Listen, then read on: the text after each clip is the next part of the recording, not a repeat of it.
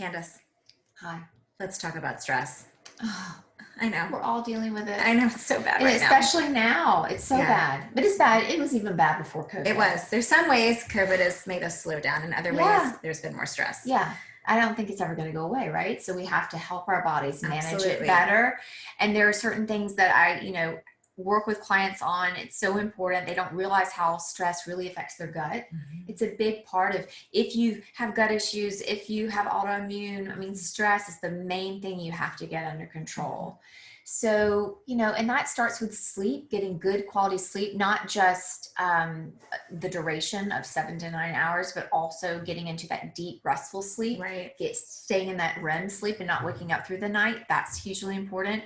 And when you get that good sleep, you're automatically able to handle the day's stress so much better. Absolutely. So that's really big. Also, you and I talked about, exercise is of course important, but you can do too much exercise and that can actually cause a lot of stress on your body. But just, it doesn't have to be big. It can be walking outside, getting outside, seeing sunlight, breathing fresh air. That helps relieve stress. Walking, yoga. I really recommend deep breathing. A lot of people don't do it the right way, but deep breathing, whereas you take an inhale and your belly goes out, and on the exhale, it comes in.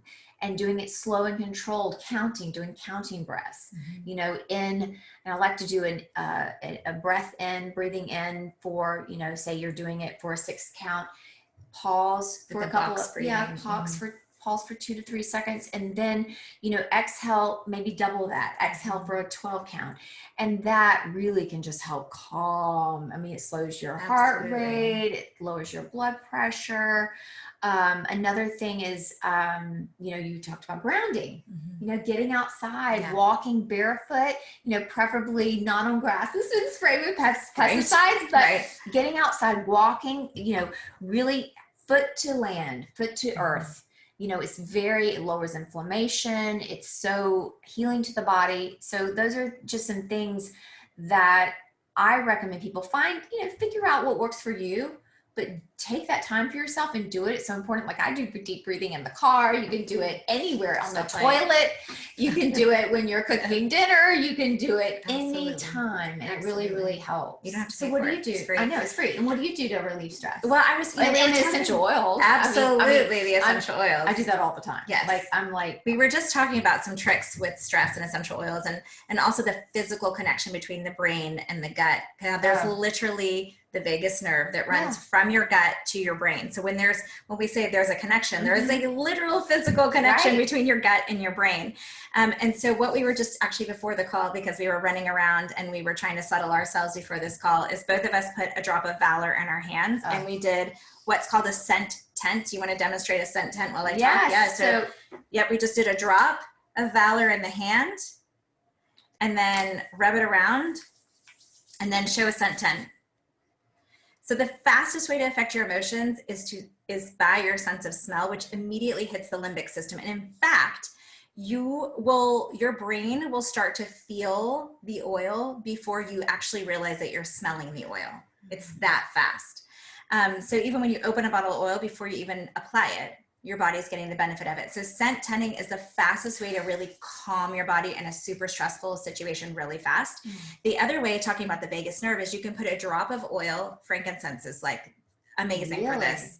Drop of oil on your thumb and stick it to the roof of your mouth, directly where your vagus nerve is. Like just kind of rub it around. You can just hold it there. Just hold it in the roof of your mouth, and that is like super fast. How long?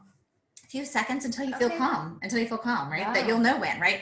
The other thing is, this trick is these diffusers. This is a diffuser necklace. Candace put one on too today. So you're constantly all day long smelling things that you want to smell, right? So if I pick oils that make me feel joyful and happy and uplifted, while also grounded, so I like to mix things up. My favorite combo is joy, believe, and abundance. I just love the combination together, and I love what they do for me and how they make me feel.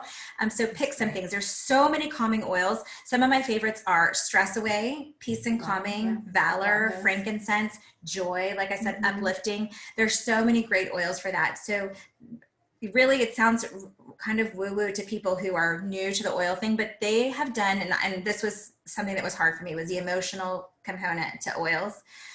is that when there have been scientific studies of oils done, what they found is they do brain scans of people. They have them smell the oil, and then they actually watch the brain waves change.